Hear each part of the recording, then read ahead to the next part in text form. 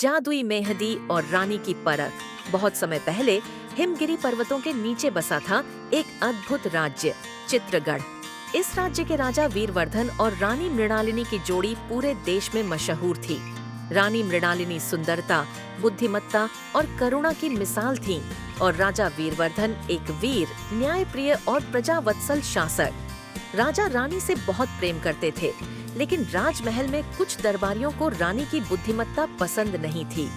वे हमेशा राजा के मन में शक पैदा करने की कोशिश करते रहते। एक दिन राज्य में एक रहस्यमयी महिला आई। वह एक साध्वी जैसी दिख रही थी। उसके पास एक चमकती हुई थैली थी जिसमें कुछ सूखी मेहंदी की पत्तियां थीं।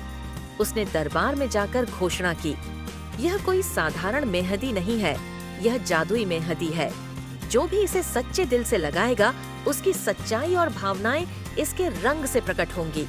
अगर मन साफ है तो रंग चंदन सा गहरा, और अगर मन में छल हो तो यह काली हो जाएगी। राजा ने मुस्कुराकर रानी की ओर देखा। रानी भी मुस्कुराई, लेकिन दरबारियों ने राजा को भड़काया। महाराज, क्यों न रानी इस मेहंदी को लगाए, तभी तो पता चलेगा कि उनके दिल में सच्चा प्रेम और निष्ठा है या नहीं। रानी मृणालिनी ने बिना एक पल गंवाए सहमति दी और उसी रात उसने जादुई मेहंदी अपने हाथों पर लगाई। पूरे राज्य की निगाहें सुबह पर टिकी थीं। अगली सुबह जब रानी रेशमी परिधान पहनकर बालकनी में आई तो सब चौंक गए। उनके हाथों की मेहंदी से तेज सोने जैसा सुनहरा रंग निकल रहा था, इतना चमकदार कि सूरज की रोशनी भी फीकी लगे। राजा वीरवर्धन भावुक हो उठे। वे रानी के पास गए और उनके सामने नतमस्तक हो गए। मुझे क्षमा करिए रानी मृणालिनी, मैंने कभी आप पर शक नहीं किया, पर दूसरों की बातों में बह गया। आपकी निष्ठा, प्रेम और सच्चाई इस रंग से ज्यादा कोई नहीं बता सकता। लेकिन कहानी यहीं खत्म नहीं हुई। वो साध्वी जो मेहंदी लाई थी, असल में कोई और नहीं, देवी पार्वती थीं, जो रानी की परीक्षा लेने आई थीं। वे प्रकट हुईं और आशीर्वाद देते हुए बोलीं, हे रानी, तुम्हारे सच्चे प्रेम और निष्ठा से मैं प्रसन्न हूँ। यह मेहंदी अब केवल तुम्हारे वंश की स्त्रियों को ही मिलेगी। जब भी वे किसी कठिन समय से गुजरेंगी, यह मेहंदी उन्हें शक्ति और सच्चाई का प्रकाश देगी। उस दिन से चित्रगढ़ की रानियां जब भी संकट में होती, जादुई मेहंदी उनके हाथों को नहीं, उनके भाग्य को संवार देती। सीख: सच्चाई और प्रेम की कोई परीक्षा नहीं होती, लेकिन जब परीक्षा आए तो उसकी रंग। समय 1950 का भारत, एक छोटा सा गांव। पीपलपुर गांव की पतली गलियों से होकर ढोल की थापें गूंज रही थीं। हर तरफ रोशनी थी और महक थी, चंदन, गुलाब और मेहंदी की।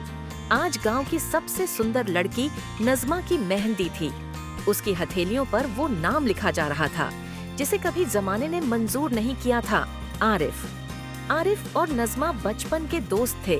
पेड़ की छांव तले उनकी दोस्ती जवानी की दहलीज पर आते आते मोहब्बत बन गई थी।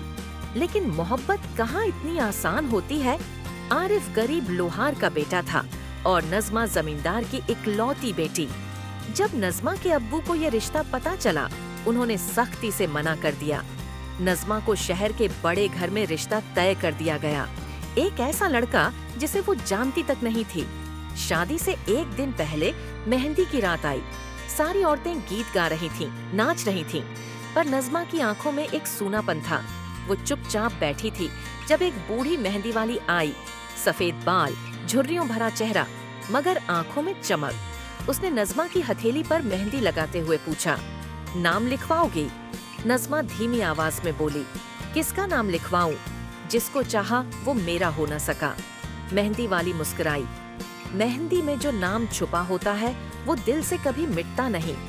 नज़मा ने बिना कुछ कहे धीरे से आरिफ नाम कहलवाया और उसकी हथेली पर वो नाम उभर आया, लाल, गहरा और हमेशा के लिए। उसी रात एक चिट्ठी नज़मा की खिड़की से अंदर आई।